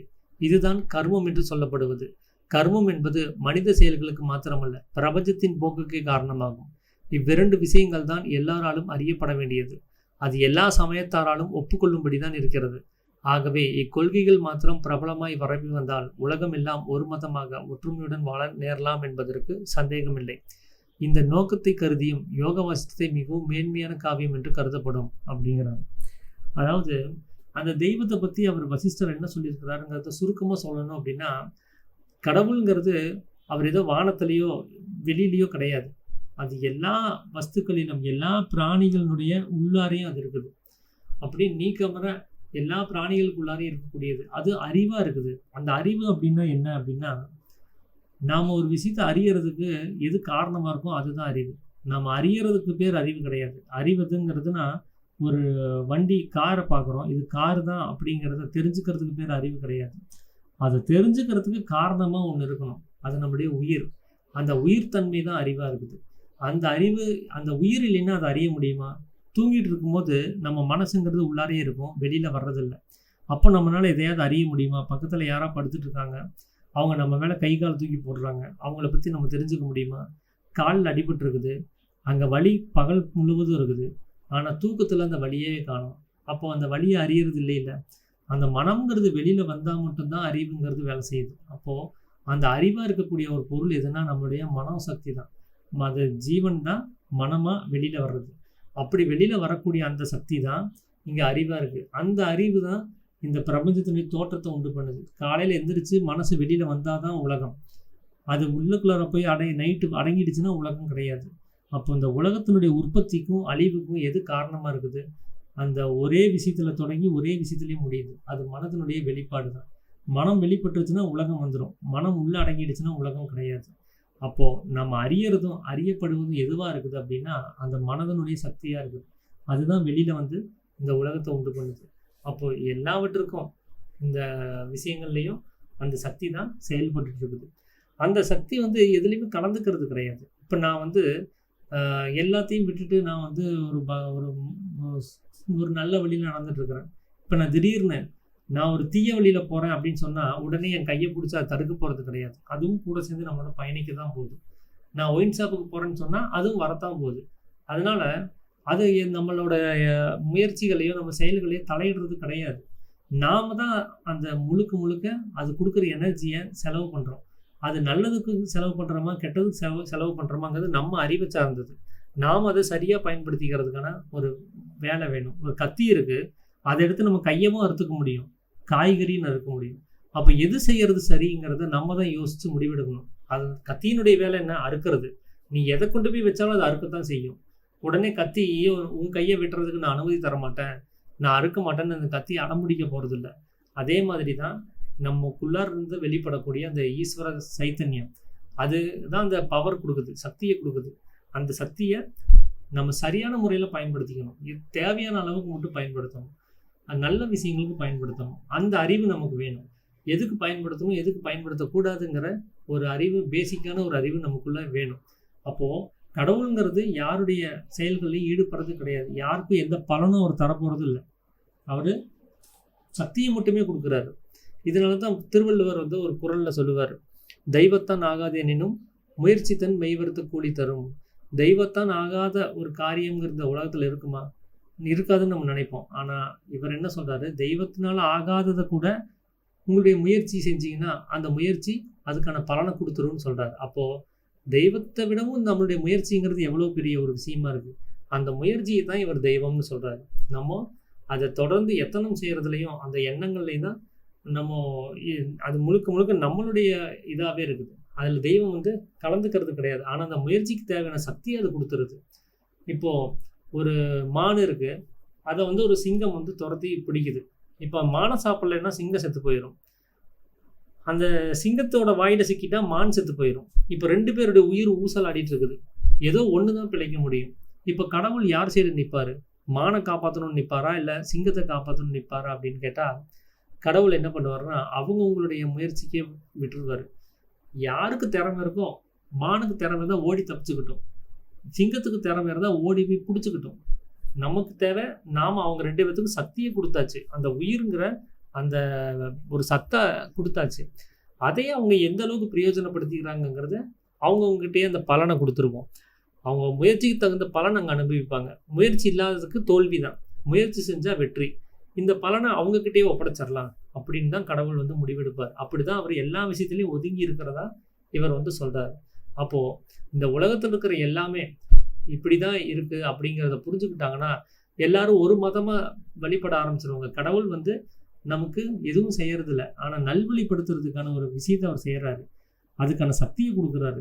அதை நம்ம சரியாக நாம் செஞ்சால் மட்டும்தான் முன்னேற முடியும். அப்போ அவரை நம்பிட்டு இருக்கிறதுல பிரயோஜனம் கிடையாது. அவர் கொடுக்க வேண்டியது எல்லாமே கொடுத்துட்டாரு.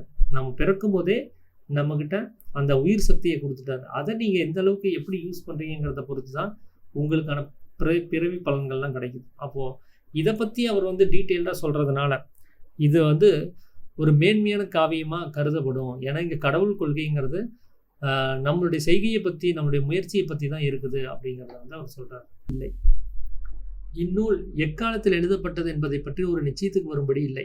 ஐரோப்பிய சித்தாந்திகளும் சில இந்திய சித்தாந்திகளும் சுமார் 1200 1400 வருடங்களுக்கு முன் இக்காவியம் எழுதப்பட்டதாக எண்ணுகிறார்கள்.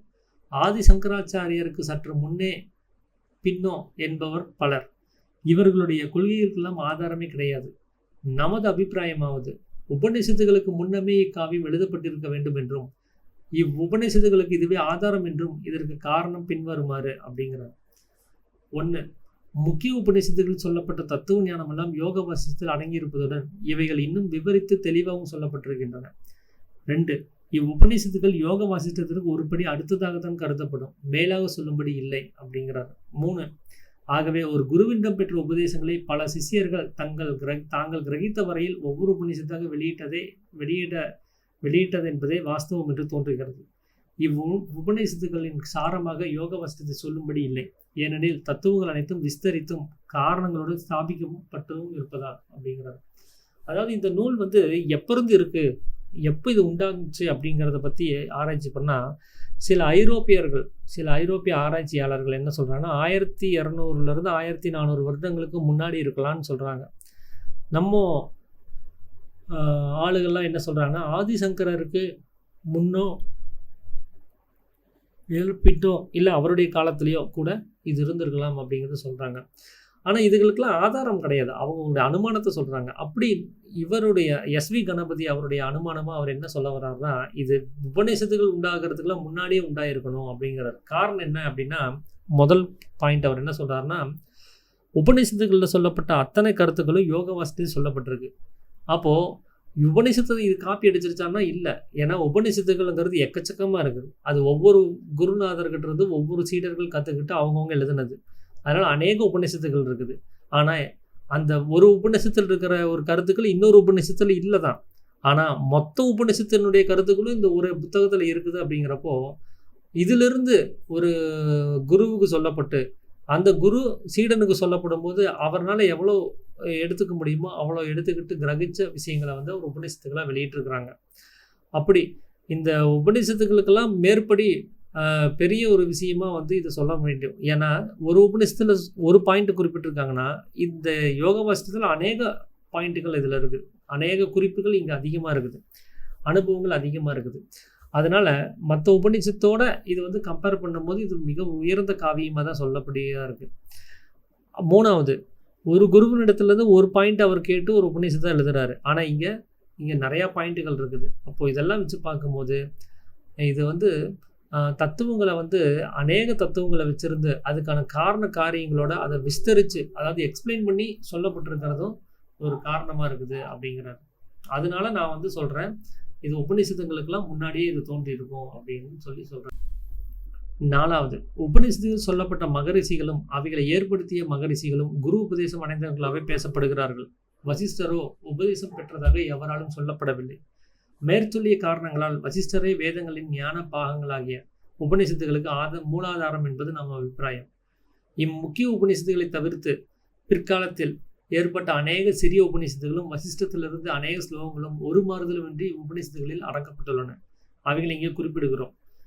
1 மகா உபனிஷத், 2 அன்னபூர்ணா, 3 அக்ஷி, 4 முக்திகா, 5 வராகே, 6 பிரகத் சந்நியாசா, 7 சாண்டில்யா, 8 யக்னவல்கியா, 9 யோக குண்டலினி, 10 பிங்களா, 11 மைத்ராயினி, 12 ஜபால தர்ஷனா, 13 அமிர்த பிந்து, 14 யோகசிகா, 15 திரிபுரதாபினி, 16 தேஜோ பிந்து, 17 சௌபாக்கிய லக்ஷ்மி அப்படின்னு சொல்லக்கூடிய இந்த உபநிஷத்துகள்.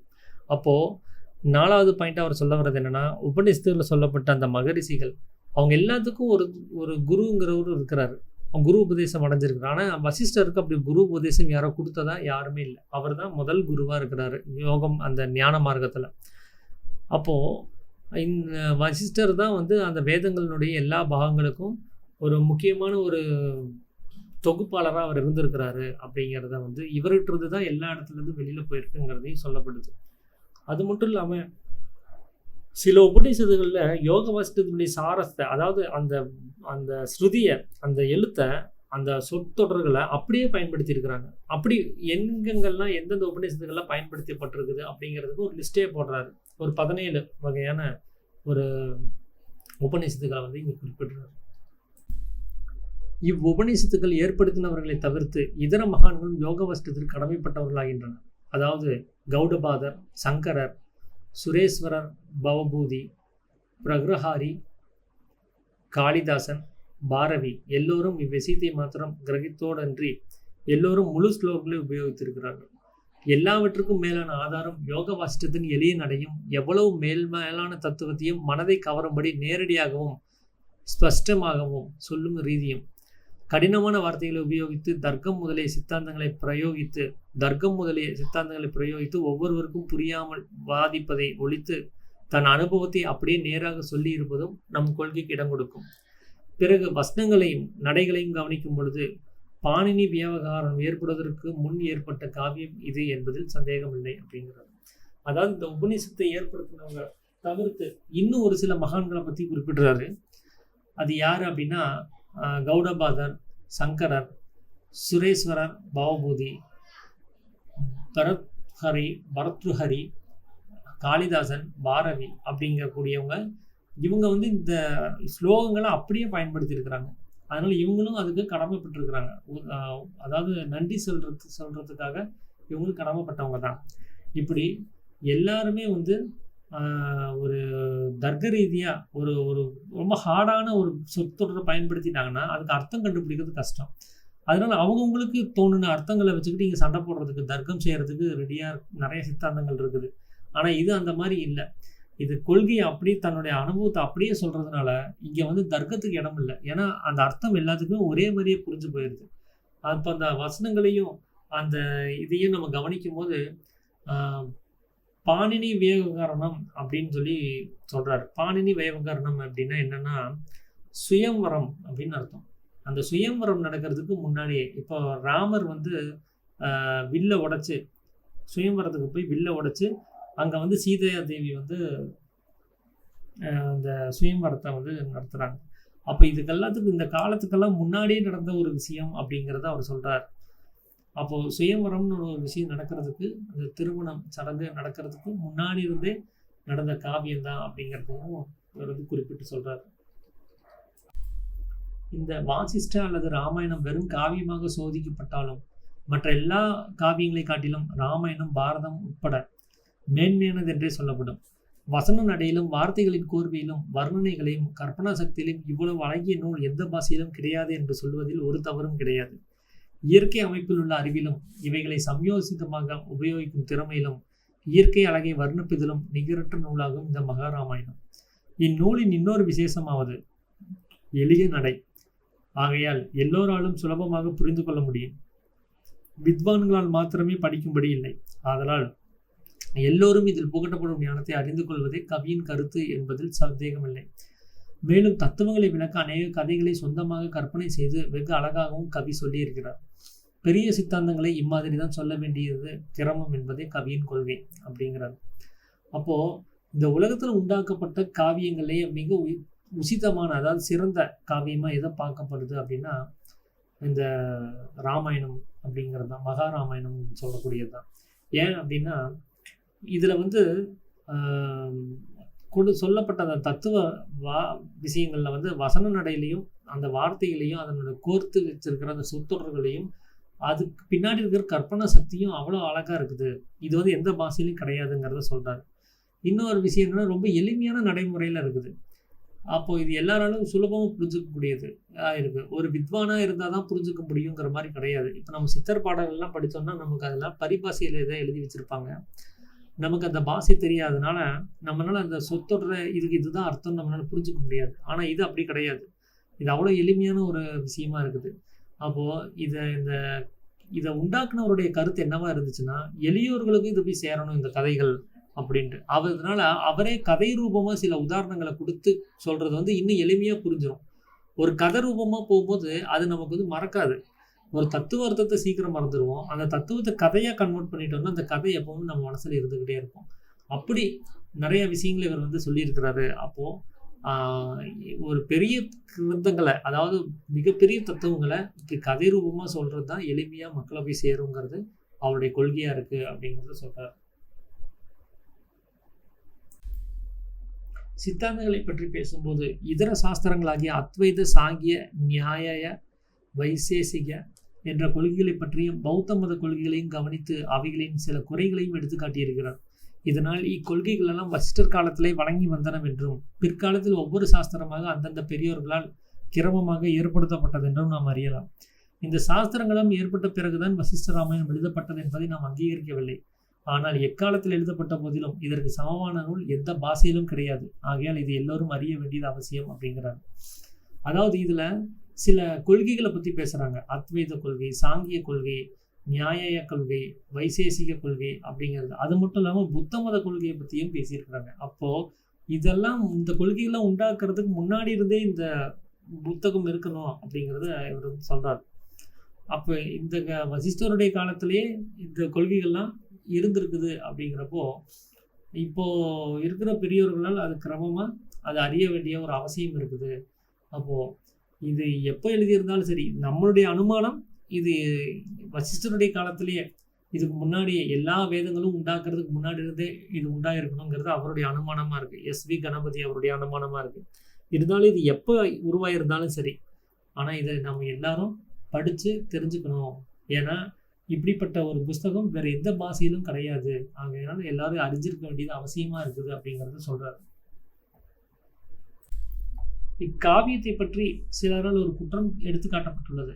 இதர சாஸ்திரங்களைப் போலும் வேறு பெரியோர்களால் செய்யப்பட்ட நூல்களைப் போலும் ஒரு கிரமமாக ஒழுங்காகவும் இல்லாமல் சொன்ன தத்துவங்களை திரும்ப திரும்ப சொல்லப்பட்டிருக்கிறது என்பதே. அது ஒருவாறு வாஸ்தவமாயினும் இந்நூல் கேள்வியும் விடையுமான பாவனையில் எழுதியுள்ளதை நாம் கவனிக்க வேண்டும். சிஷியனுக்கு வேண்டிய குரு உபதேசங்களாக எழுதப்பட்டிருப்பதை தவிர இது ஒரு கொள்கையை ஸ்தாபிக்கும் ரீதியில் பல அங்கங்களாக பிரித்து ஒவ்வொரு தத்துவத்தையும் விஸ்தாரமாகவும் ஆராயும் கிரமத்தில் எழுதப்படவில்லை. ஆகையால் சொன்ன தத்துவங்களே அடிக்கடி ஞாபகப்படுத்தப்படுகின்றன. மேலும் கேட்பவனி சந்தேகங்கள் பலவாறாக ஏற்படுகின்றன. இக்கேள்விகளுக்கு விடை அநேகமாக ஒன்றாகவே இருக்கிறது. இச்சமயங்களில் சொன்னவைகளை திரும்ப சொல்லாமல் இருக்க முடியாது. பிறகு மிகவும் அபூர்வமானதும் கடினமானதுமான தத்துவங்களை ஒரு தடவை சொல்லி முடித்துவிட்டால் புத்திக்கு தெளிவுபடாது.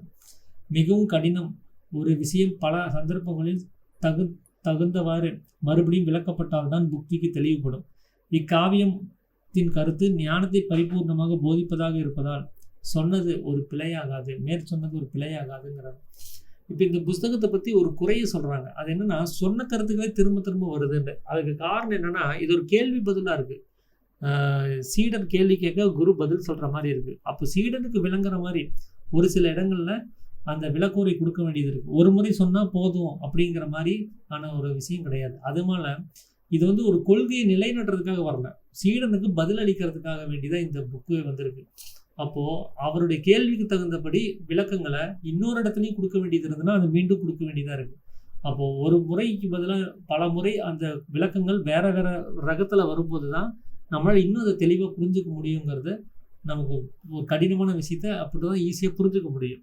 அதனால் இது மீண்டும் மீண்டும் ஒரு விஷயத்தை விளக்குறதுனால, அதை பற்றி தெரிவிக்கிறதுனால இதில் எந்த தவறும் கிடையாது. அது ஒரு விஷயத்தை நீங்கள் சரியாக புரிஞ்சுக்கணுங்கிறதுக்காக சொல்லப்பட்டது தான் அப்படிங்கிறத இவர் சொல்கிறார்.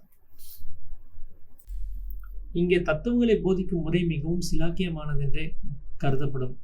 பிரத்யட்சம் பிரவகானத்திற்கு ஒவ்வாதது ஒன்றும் அங்கீகரிக்கப்படவில்லை. நாம் அனுபவத்திற்கு விரோதமானதையும் இந்திரியங்களுக்கு புலப்படாதவைகளையும் ஒப்புக்கொள்ளவில்லை. முதலில் தத்துவங்களை சுருக்கி சொல்லி பிறகு விஸ்தரித்துரைத்து பிரமாணங்களுக்கு ஒத்தும் விரோதமாயும் இருப்பதை எடுத்துக்காட்டி இவை மனதில் பதியும்படியாக ஒரு கதையை சொல்வதும் அங்கீகரிக்கப்பட்ட முறையாகும். வேறு நூல்களையாவது சாஸ்திரங்களையாவது ஆதாரமாக கொள்ளவில்லை. இவைகளை பிரமாணமாகவும் மதிக்கவில்லை. சத்தியத்தை ஸ்தாபிக்க பிரத்யட்ச பிரமாணத்தை தவிர்த்து வேறு பிரமாணங்களை வசிஷ்டர் ஒப்புக்கொள்ளவில்லை. மேற்சொல்லியவைகளை இங்கே குறிப்பிட்டிருப்பது அவைகளின் குறையை எடுத்துக்காட்டும் பொருட்டே ஒழிய ஆதாரமாக இல்லை. தர்கீகர்களுக்கு இவர் கையில் அகப்படாமல் போகவில்லை அப்படிங்கிறத சொல்கிறார். அப்போ தத்துவங்களை போதிக்கிறதுக்கு ஒரு எது நமக்கு அவசியமோ அதை மட்டுமே இவர் எடுத்துக்கிட்டு அதுக்கு ஒவ்வாததெல்லாம் அவர் விட்டுட்டார். அதனால் ஒரு சில விஷயங்களை சுருக்க சொல்கிறாரு, ஒரு சில விஷயங்களை ரொம்பவும் விஸ்தரித்து அதை விவரமாக சொல்ல வேண்டியதெல்லாம் இருக்குது. அப்போது அந்த தத்துவங்கள் நம்ம மனசில் ஊன்றி போகணும் அப்படின்னா அந்த கதையை நம்ம சொன்னால் தான், கதை ரூபமாக சொன்னால் தான் அது முடியும் அப்படிங்கிறத அவர் சொல்கிறார். அப்போ மற்ற விஷயங்களை மற்ற நூல்களையோ சாஸ்திரங்களையோ அவர் ஆதாரமாக எடுத்துக்கவே கிடையாது. இது அவருடைய அனுபவத்திலிருந்து அவர் ஒரு கதையாக அதை புரிய வைக்கிறதுக்கு முயற்சி பண்ணுறார். அதனால் இது வேறு எதையும் எந்த ஒரு பிரமாணத்தையும் அவர் ஒத்துக்கவே கிடையாது, எதையும் ஏற்றுக்கல. நம்மளுடைய அனுபவம் தான் உண்மை அப்படிங்கிற மாதிரி அவருடைய அனுபவத்தை மக்களுக்கு தெரியப்படுத்துறதுக்கு அதை விஷயத்தை குறிப்பிட்டிருக்கிறார். அதனால் இங்கே தர்கிகளும் இவங்க கையில் அகப்படாமல் போகலை. அதனால் இதுக்கு ஒரு எந்த ஒரு பொருளும் எந்த ஒரு அனுமானமும் ஒரு எடுத்துக்காட்டாக எதையும் சொல்ல முடியலை அப்படிங்கிறத இவ்வளவு ஸ்லாக்கியமாக காவியத்தை எழுதும் மற்றவர்கள் போல மூர்க்கமான நம்பிக்கையுடன் வசிஷ்டர் எதிர்பார்ப்பதில்லை. இங்கே சொல்லப்படும் மார்க்கங்களையே கடைபிடிக்க வேண்டும் என்றும் கட்டாயப்படுத்துவதும் இல்லை. வேற எந்த மகானும் இவ்வளவு அகன்ற நோக்கத்தை உடையவராக தென்படவில்லை. இன்னொரு விஷயம் கவனிக்கத்தக்கது, சாஸ்திரங்களை ஏற்படுத்தினவராவது அல்லது இவைகளை கரை கண்டவராவது எவரும் வசிஷ்டரை போன்ற புத்தி நுட்பமும் தெளிவும் ஆராய்ச்சியும் அடைந்தவராக இல்லை. இவர்களெல்லாம் ஏதாவது சில பிரபஞ்ச விஷயங்களில் ஞான குறைவை காண்பிக்காமல் இல்லை. வசிஷ்டரிடமோ இவ்விதமான குறைகள் யாதும் இல்லை அப்படிங்கிறார். அப்போ இந்த காவியத்தை எழுதினவர் ஏதாவது ஒரு நம்பிக்கையை அவங்களுக்கு புகட்டணும்னு சொல்லி அவங்க எழுதலை. தன்னுடைய அனுபவத்தை சொல்றாரு. அது அவங்க அனுபவிக்கிறதுக்கு ஒரு மார்க்கத்த வந்து அவங்க எது வேணா எடுத்துக்கலாம். ஆனா, நீ எந்த மார்க்கத்த கடைபிடிச்சாலும் இதுதான் வரப்போகுதுங்கிறத அவர் தெளிவுபடுத்துறாரு. அப்போ ய எந்த ஒரு மகானும் வந்து இப்படி ஒரு அகண்ட அதாவது ஒரு பரந்த ஒரு மனப்பான்மையோட ஒரு தத்துவங்கள சொல்ல முடியாது. ஏன்னா, நான் வந்து ஒரு அனுபவத்த அனுபவிச்சு ஒரு தத்துவத்த சொல்றேன்னா, என் மார்க்கத்துல இத நான் முன்னிறுத்தி சொல்ல வேண்டியதா இருக்கும். அப்படி வந்து வசிஷ்டர் எந்த மார்க்கத்தையும் முன்னிறுத்தல. அதனால ஆ இதுல சாஸ்திரத்த ஏற்படுத்தினவர பத்தியோ, இல்ல அது கரை கண்டவர பத்தியோ நம்ம இங்க யோசிச்சு பார்த்தோம்னா, இவர் அளவுக்கு அந்த அறிவு நுட்பம்ங்கிறது இல்லாம போச்சு. காரணம் என்னன்னா, அவங்க அவங்களுடைய மார்க்கத்த ஸ்தாபிக்கிறதுக்காக போராடி இருக்கிறாங்க. இவர் எந்த மார்க்கத்தையும் ஸ்தாபிக்க போராடல. எந்த மார்க்கமா இருந்தாலும், அத அடைய வேண்டிய பலன பத்தி மட்டுமே இவர் வந்து பேசுறாரு. அதனால மத்த இடத்துல ஏதாவது குறைகள் இருக்கும். ஆனா வசிஷ்டர்கிட்ட அந்த குறைகள் எதுவுமே இருக்காது அப்படிங்கிறத வந்து இவர் சொல்றாரு. அவரால் சொல்லப்பட்ட விஷயங்கள் எல்லாம் தற்காலத்து சாஸ்திரங்களை ஒத்தே இருக்கின்றன. அவைகளில் சிலதை கூறுவோமாகில், தெய்வத்தின் சுரூபம் என்ன? கூடு விட்டு கூடு பாயும் தத்துவமாவது எப்படி? பிரளயம் மகா பிரளயம் எவ்விதம் சம்பவிக்கின்றன? மனித பிறவி எப்படி ஏற்படுகிறது? நியதியின் தத்துவம் என்ன? மனம், புத்தி, சித்தம், அகங்காரம், கர்மம், வாசனை இவைகளின் தத்துவம் என்ன? கர்மங்களின் நடை எப்படி? சுதந்திரம், வினைப்பயன் இவைகளின் சுரூபம் எப்படி? ஜகத்தின் உற்பத்தி எப்படி? தேச காலங்களின் சுரூபமும் அவைகளால் பந்தம் ஏற்படும் முறையும் அப்படிங்கிறது இவைகளால் இன்னும் அநேக தத்துவங்களும் சம்சாரம் நடத்திய ஒட்டிவைகளாவே லௌகீக விஷயங்களும் சித்தாந்தங்களும் வெகு மேன்மையாகவும் தெளிவாகவும் ஆராயப்பட்டு சொல்லப்பட்டிருக்கின்றன அப்படிங்கிறது. அப்போ இவர் இந்த புஸ்தகத்துல எத்தனை 1000 வருஷத்துக்கு முன்னாடி எழுதியிருந்தாலும் இப்போ நடைமுறையில எல்லாத்துக்கும் ஒரு கேள்வி இருக்கும் இல்லையா, இதெல்லாம் தெரிஞ்சுக்கணும்னு. அதுக்கான பதில் அவர் அங்க சொல்லி வச்சிருக்கிறார். அப்போ இப்ப இருக்கிற நடைமுறை விஷயங்கள்லையும் சொல்லப்பட்ட சாஸ்திரங்களுக்கும் அது ஒத்து போகுது அப்படிங்கிறத வந்து இவர் சொல்றாரு. இந்த வசிஷ்ட ராமாயணத்தில் இன்னொரு விஷயம் முக்கியமாக கவனிக்கத்தக்கது. அதாவது மனது என்பதை பற்றி வசிஷ்டர் வெகுவாய் சொல்லியிருப்பது. மனதே நம் கிரியை, நடத்தை, ஒழுக்கம் எல்லாவற்றுக்கும் மூல காரணம். ஆரம்பத்தில் சொல்லியபடி மனம்தான் மனிதனாகும். இப்படி இருந்தும் இம்மனதின் சுரூபத்தை பற்றி இக்காலம் வரையில் அறிந்தவர்கள் வெகு சொல்பம். அதை பற்றி விளக்கு சொல்லி இருப்பவர் இன்னும் சொல்பம். வசிஷ்டர் ஒருவரே இம்மனதின் சுரூபத்தை பரிபூர்ணமாக ஆராய்ச்சி செய்து வெகு தெளிவாகவும் மிக விஸ்தாரமாகவும் பற்பல திருத்தாண்டங்களுடன் கதைகளும் சேர்த்து பலவாறாக எடுத்துரைத்திருக்கிறார். மனம் வியவகரிப்பதில் ஜெகத்தோற்றம் ஏற்படுகிறது. மனம் சாந்தி அடைந்தால் ஆத்ம லாபம் சித்திக்கிறது. ஆகையால் மனதின் போக்கை அறிவதே ஞான மார்க்கமாகும். இந்நூலில் தான் இது தெளிவாக விளங்கும். சாதாரண ஜனங்களுக்கு இதை அறிந்து கொள்ளலாம் அப்படிங்கிறார். அப்போ இந்த ராமாயணத்துல வந்து இன்னொரு விஷயம் வந்து தெளிவா நம்ம பார்க்க வேண்டியது என்ன இருக்குன்னா, மனம்ங்கிற ஒரு விஷயத்தை பத்தி தான் இவர் முக்கியமா பேசியிருக்கிறார். ஏன்னா மனதை உடையவன் தான் மனிதன். அப்போ அந்த மனசுங்கிற ஒரு சொரூபத்தை பற்றி சொல்ல வேண்டியது இங்கே அவசியமாக இருக்குது. ஆனால் அது எத்தனை பேர் சொல்லியிருக்காங்கன்னா இல்லை, அதை அறிஞ்சவங்களும் அதை சொன்னவங்களோ கிடையாது. ஆனால் வசிஷ்டர் ஒருத்தர் தான் அதை பூர்ணமாக அதை வந்து ஆராய்ச்சி செஞ்சு மிக தெளிவாகவும் விளக்கமாகவும் பல எடுத்துக்காட்டுகளோட சில கதைகளையும் சேர்த்து அவர் வந்து சொல்லியிருக்கிறாரு. அதனால மனம்ங்கிறது வெளியில் வரும்போது இந்த உலகம்ங்கிறது உண்டாகுது. மனம்ங்கிறது உள்ளே போயிடுச்சு அப்படின்னா நமக்கு அந்த ஆத்ம லாபம் அப்படிங்கிற சொல்லக்கூடிய அந்த சொர்க்கம் அது வந்து நமக்கு கிடைக்குது அப்படிங்கிறது. அப்போ மனதனுடைய போக்கை அறியறது தான் ஞான மார்க்கமாக இருக்குது அப்படிங்கிறது இன்னும் உள்ள தெளிவாக சொல்லியிருக்கிறார். இதை சாதாரண ஜனங்களும் புரிஞ்சுக்கிற மாதிரி அவர் சொல்லியிருக்கிறாரு அப்படிங்கிறது இவர் எஸ்வி சுவாமி சொல்கிறாரு. சமீப காலத்தில் மேல்நாட்டு சாஸ்திரிகள் இம்மனதை பற்றி வெகு ஊக்கத்துடன் ஆராய்ச்சி செய்து வருகிறார்கள். இவ்வாராய்ச்சிகளின் சாரமாகவே அநேக புத்தகங்களும் எழுதப்பட்டுள்ளன. ஆனால் இவைகளை ஆராய்ந்து பார்த்தால் மனதின் வாஸ்தவமான சொரூபத்தை இவர்கள் அறிந்ததாக புலப்படவில்லை. எல்லாம் பேத்தலாகத்தான் தோன்றுகிறது. இச்சாஸ்திரத்தில் மிக பிரபலமாக வழங்கி வரும் ஃப்ரீடு, அட்லர், ஜங்க் கூட வெகு சொல்ப அறிவை அடைந்தவர்களாகத்தான் தோன்றுகிறார்கள். வாஸ்தவமான தத்துவங்களும் அம்சங்களும் இவர்கள் புத்திக்கு புலப்படவில்லை. இந்த அறிவின் குறைபாட்டால் தான் சில நூதனமான சாஸ்திரங்கள் வெளிவர காரணமாயிற்று. அதாவது ஹிப்னாட்டிசம், மெஸ்மரிசம், டெலிபதி, கிளைவோயன்சி, கிளார் ஆடியன்ஸ், ஸ்பிரிட் வேர்ல்டு. மனதின் தத்துவத்தை அறியாத குறையே இவைகளும் சாஸ்திரங்களாக வெளிக்கிளம்பின. மனதை அறிய வசிஷ்டரிடம் செல்ல வேண்டும். இன்னொரு விஷயமும் கவனிக்கத்தக்கது.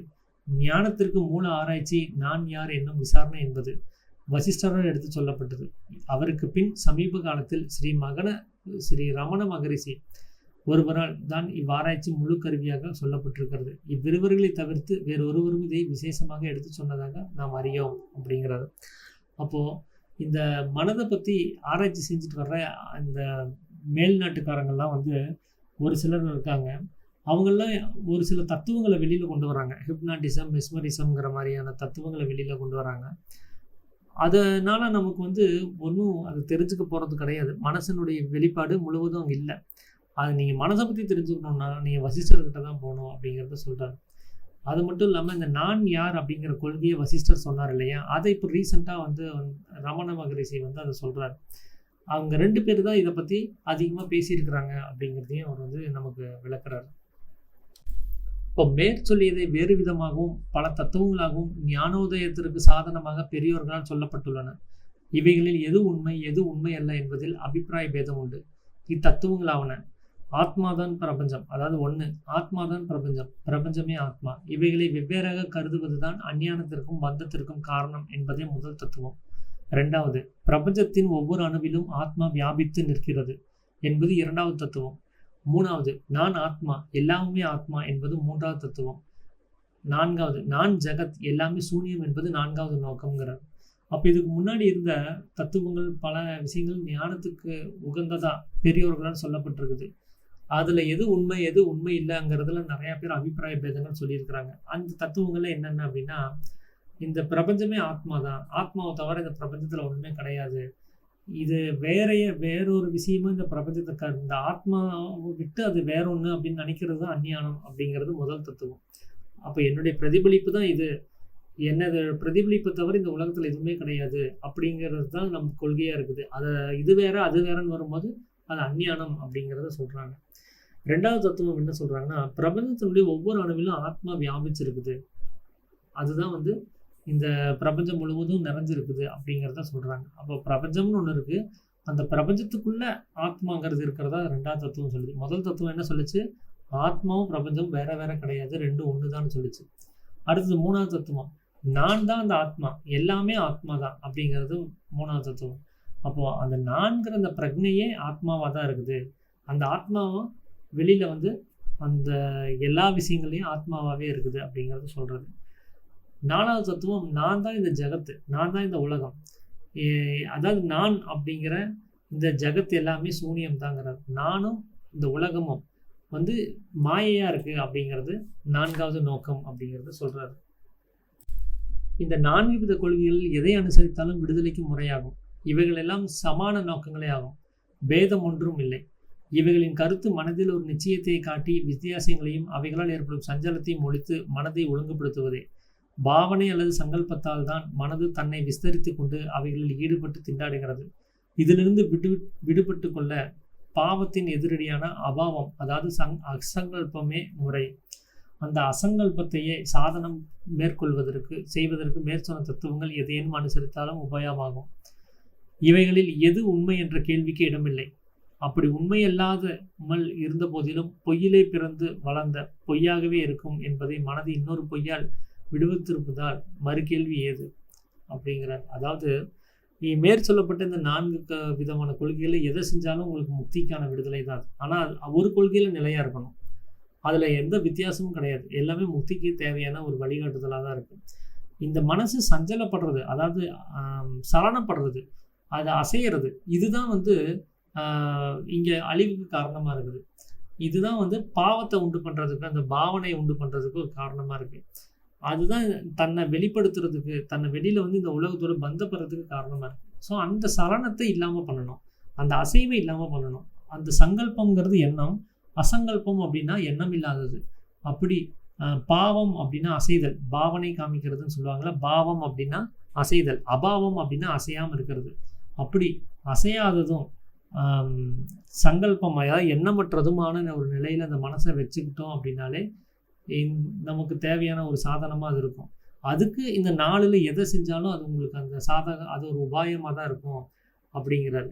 அப்போ இதெல்லாம் வந்து இதில் எது உண்மை எது பொய்ங்கிறதுக்கெல்லாம் கேள்வியே கிடையாது. ஒரு பொய்யை நம்பி அந்த பொய் அது பொய்யாகவே இருக்கும் மனசை இன்னொரு பொய்யால் விடுவிக்குது அப்படின்னா அதுகளை வந்து நம்ம அதை உண்மைன்னு ஏற்றுக்காம வேற என்ன பண்ண முடியும் அப்படிங்கிறத சொல்கிறார். அது உண்மையான தாங்க இருக்கும் அப்படிங்கிறார். இந்த யோக வாசிச்சத்தை வடமொழியிலிருந்து தமிழில் எழுதுவதற்கு எனக்கு மிகவும் உதவியாக இருந்தவர் ஸ்ரீமான் வி. ஸ்ரீனிவாச சாஸ்திரிகள், சமஸ்கிருத பண்டிட், தேசிய பெண்கள் உயர்நிலைப்பள்ளி, திருவல்லிக்கேணி. இவருடைய பெரும் முயற்சியும் தீவிர உழைப்புமே இந்நூல் மொழிபெயர்த்து முடிவதற்கு காரணமாக இருந்தன. மேலும் எனக்கு இந்நூல் ஊக்கத்தை அதிகரித்ததற்கு இவருடைய வாக்கு சாதுரியமும் சொல்லழகும், அதாவது மொழிபெயர்ப்பதில் ஒருவர் காரணமாகும். பிறகு இந்நூலை எழுதுகையில் எனக்கு பலவராக உதவி புரிந்து பிழைகளையும் திருத்தியவர் ஸ்ரீ பி. ஹனுமந்தராவ் ஆவார். மேலும் பல இடங்களில் சொல்நடைகளிலும் பதங்களை வேறுபடுத்தி உதவி புரிந்ததற்கு ஸ்ரீமதி சகுந்தலா லட்சுமிதரனுக்கு கடமைப்பட்டவனாவேன். சிறிய வயதில் அவர் இந்நூலை வெகு ஊக்கத்துடன் வாசித்து அனுபவித்தது ஆச்சரியப்படத்தக்கது. கடைசியாக இப்புத்தகத்தை அழகிய முறையில் அச்சிட்டு வெளியாக்கிய அலையன்ஸ் கம்பெனியார் அவர்களுக்கும் நான் மிகவும் கடமைப்பட்டிருக்கிறேன். எல்லோருக்கும் என் வந்தனத்தை இங்கு தெரிவித்துக் கொள்கிறேன் அப்படிங்கிறார். அதாவது இந்த யோக வசிஷ்டத்தை வடமொழியிலிருந்து மொழிபெயர்க்கிறது உதவி செஞ்சவங்களுக்கு ஸ்ரீமான் ஸ்ரீனிவாச சாஸ்திரிகள், ஸ்ரீ பி. ஹனுமந்தராவ், அப்புறம் ஸ்ரீமதி சகுந்தலா, இவங்களுக்கு எல்லாத்துக்கும் அவர் உதவி, அதாவது நன்றி புரிகிறாரு அவங்க செஞ்ச உதவிக்கு. அது இல்லாமல் இந்த கம்பெனி அலையன்ஸ் கம்பெனிக்கும் ஒரு உதவி, அவங்க செஞ்ச உதவிக்காக நன்றியை சொல்லிக்கிறார்.